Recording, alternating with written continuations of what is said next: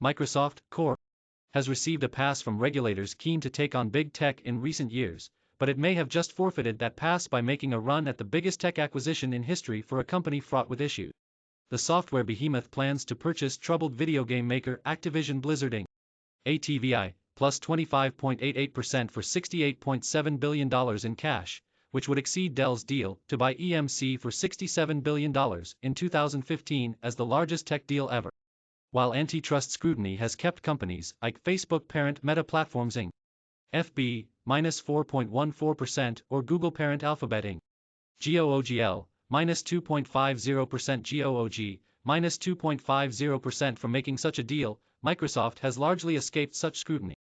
Dan Ives, an analyst with Wedbush Securities, said that Microsoft MSFT, minus 2.43% is taking advantage of being currently out of regulators' viewfinder, as they have been focused on making cases against Facebook, Google, Apple Inc.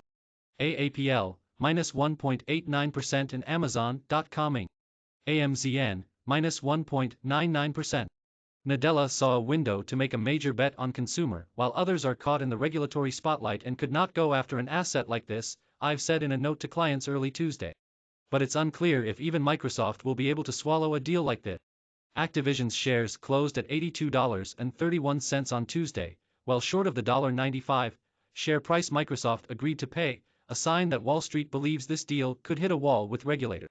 Cowen analysts on Tuesday said that the gulf between the acquisition price and the going rate means that the market appears to be pricing in a roughly 1 in 3 probability that the deal gets blocked. In regards to the antitrust threat, many analysts pointed out that after the acquisition of Activision, Microsoft would still be the third largest video game company globally, trailing China's Tencent holding 700, minus 2.75% and Japan's Sony Group 6758, minus 9.45%. While this suggests that the merger would not give Microsoft a dominant position in the video game industry, it could still seriously alter the dynamics of the entire industry. As a content creator, Activision designs games for all the top gaming platforms, including Sony's PlayStation. The most important competitive advantage that the purchase of Activision could give Microsoft is the ability to give preferential treatment to its own system and releasing popular games such as Call of Duty, an Activision product that is one of the best-selling video games in the world. Sony and other gaming platform owners could argue that Microsoft's giving preference to its own platforms with Activision's vast array of games, and especially the most popular ones, could hurt consumers. And some analysts expect Microsoft to attempt to do just that, including making popular games exclusive for its own platforms and shutting out competitors. Ultimately, we think Microsoft's goal is to take Activision's key console franchises away from Sony and thereby improve its competitive positioning, the Cowen analysts argued. While Microsoft indicated that Activision Blizzard games are enjoyed on a variety of platforms, and we plan to continue to support those communities moving forward, if we were a PlayStation owner, we wouldn't take a lot of comfort from that imprecise statement. Cowen's analysts believe that Sony will likely take legal action to support blocking the deal, as well as look for a blockbuster deal of its own. Similar concerns have also hung over Nvidia Corporation's NVDA, minus 3.86% $40 billion proposal to buy ARM Holdings plc from SoftBank Corp. Because ARM designs and licenses chips that are used by over 500 companies, including some of Nvidia's rivals, some regulators and critics fear that ARM will lose its neutral industry stance. That deal has still not been approved and many on Wall Street believe it is unlikely to get a green light. Microsoft officials, for their part, only mentioned regulatory approval as needed prior to closing in a timeframe of sometime in 2023, and the company did not take any questions on its brief conference call with analysts early Tuesday. A chorus of outside voices have already called for regulators to stand in the way of the deal, as gamers lament the possibility of losing access to their favorite title. Once again, Microsoft, one of the biggest of the big tech companies, is shamelessly gobbling up a competitor to try to strengthen its market position, Alex Harmon, competition policy advocate for Public Citizen, said in a statement to MarketWatch. No way should the Federal Trade Commission and the U.S. Department of Justice permit this merger to proceed. If Microsoft wants to bet on the metaverse, it should invest in new technology, not swallow up a competitor.